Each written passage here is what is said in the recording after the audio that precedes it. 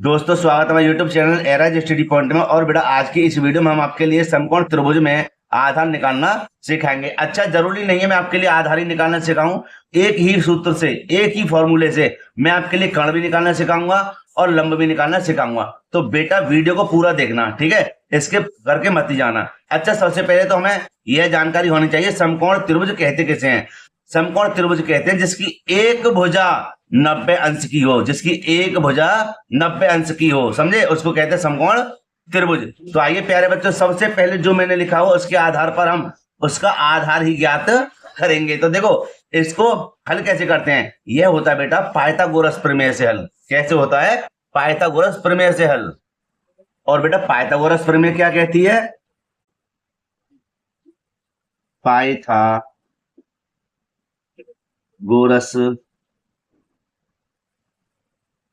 प्रमेय से, प्रमेय से, ठीक है। ये तो पाइथागोरस प्रमेय क्या कहती है? कहती है जी कर्ण का वर्ग बराबर लंब का वर्ग प्लस आधार का वर्ग। समझे? ये कहती है जी पाइथागोरस प्रमेय। अब इसमें लंब क्या है, कर्ण क्या है, आधार क्या है? तो बेटा मैं इसको बता दूं, लंब होता है ये, ठीक है, बिल्कुल सीधा वाला होता है लंब। क्या होता है? लंब। यह होता है हमारा कर्ण। क्या होता है? कर्ण। और ये फर्श माने जमीन पे रखा हुआ आती होता है बेटा आधार। क्या होता है? आधार। ठीक है, इस प्रकार। तो प्यारे बच्चों देखो कैसे हल करेंगे। हम यहाँ पर कर्ण का मान देखें। कर्ण का मान कितना है? कर्ण है हमारा 17, तो यहां लिख देंगे 17 का वर्ग। लंब कितना है? लंब है हमारे पास 8, तो 8 को बेटा यहां पर लिख देंगे, ठीक है। स्क्वायर लगाते चलेंगे सब पे फॉर्मूले के आधार पर। और हमारे पास आधार क्या है? आधार का तो मान नहीं है। क्या आधार का मान है? नहीं है ना बेटा, तो इसको मान लेंगे x। आधार को क्या मानेंगे? x, ठीक है। और यहां पर वर्ग है तो इस पे भी वर्ग लगा देंगे, x स्क्वायर हो गया। बेटा इसको सरल करेंगे तो हम क्या करेंगे, 17 की 17 में करेंगे 2 बार गुणा, ऐसे करके, क्योंकि स्क्वायर लगा हुआ है। तो आप सभी को पता होगा 17 की जब 17 में गुणा करेंगे तो 289 आएंगे। कितना आएंगे? 289।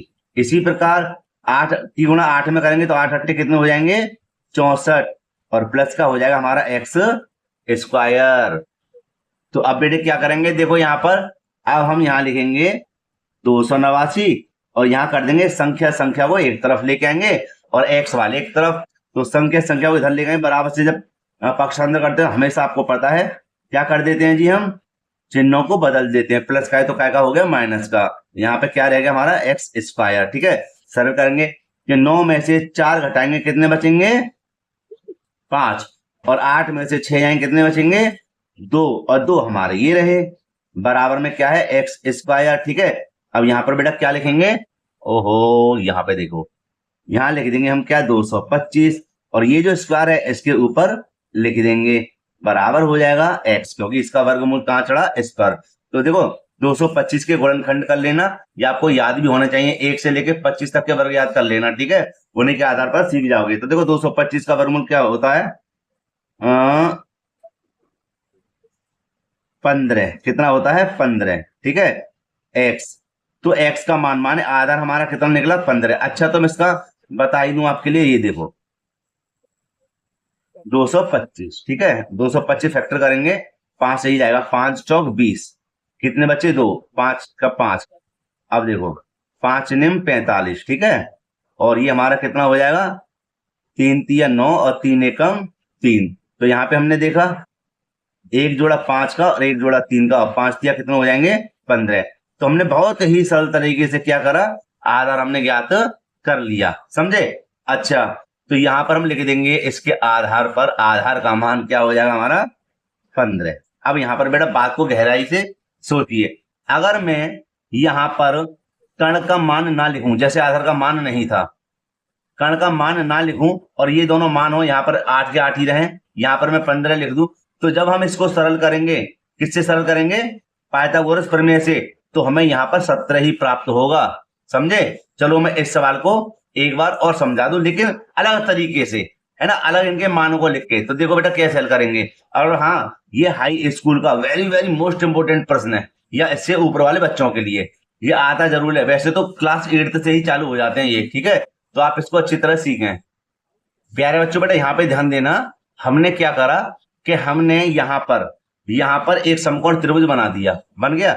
यहाँ पे हमारा क्या है, लंब 8 है, तो हमने लंब का मान 8 ही लिख दिया, 8 सेंटीमीटर, ठीक है। और आधार हमने लिख दिया कितना, 15, कितना लिख दिया, 15 सेंटीमीटर, ठीक है। तो और मैं बता दूं 15 जो लिखा हुआ है इसको सेंटीमीटर में लिख देना, ठीक है, 15 सेंटीमीटर। अच्छा, अब हमें क्या करना है, कर्ण ज्ञात करना है। क्या ज्ञात करना है, कर्ण। तो देखो बिल्कुल यही पाइथागोरस प्रमेय से बेटा कैसे हल करेंगे, समझिए इस चीज को। देखो मैंने इसको सही तरीके से लिख दिया। तो हमारा देखो पाइथागोरस प्रमेय कहती है क्या, कि कर्ण का वर्ग बराबर लंब का वर्ग, शॉर्ट में लिख दिया मैंने, और प्लस में आधार का वर्ग, आधार का वर्ग। कर्ण हमें ज्ञात करना है, तो कर्ण का मान तो नहीं है, इसको एक्स मान लेते हैं, तो यहां लिख देंगे एक्स स्क्वायर, ठीक है। लंब का मान क्या है हमारा बेटा, लंब का मान है हमारा 8, तो लिख देंगे 8 का वर्ग, प्लस और आधार का मान हमारा क्या है 15, तो लिख देंगे 15 का वर्ग, ठीक है।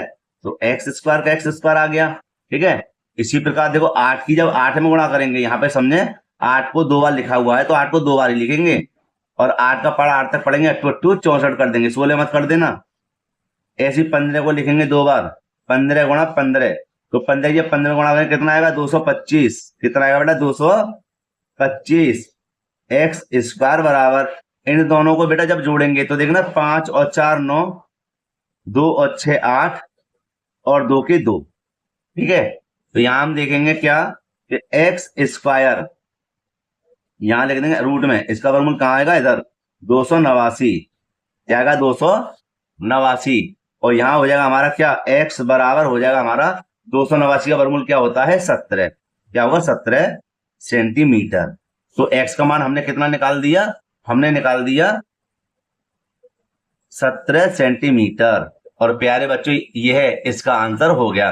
तो मैं जरूरी नहीं है आपको समकोण त्रिभुज में आधार का ही मान निकालना सिखाऊं, मैंने क्या करा, मैंने कर्ण का ही मान निकालना सिखा दिया। और अगर आप चाहो कि हमें तो लंब का मान सीखना है, लंब का, तो हम इसी प्रकार हल कर देंगे कि लंब को भी यहाँ पर पक्षांतर कर देंगे, माने संगे संगे एक तरफ, और क्या करें, कर्ण का मान जाए जो भी है उसको एक तरफ रहेंगे, ठीक है। तो उससे इसी प्रकार बेटा उसका भी मान हल हो जाएगा।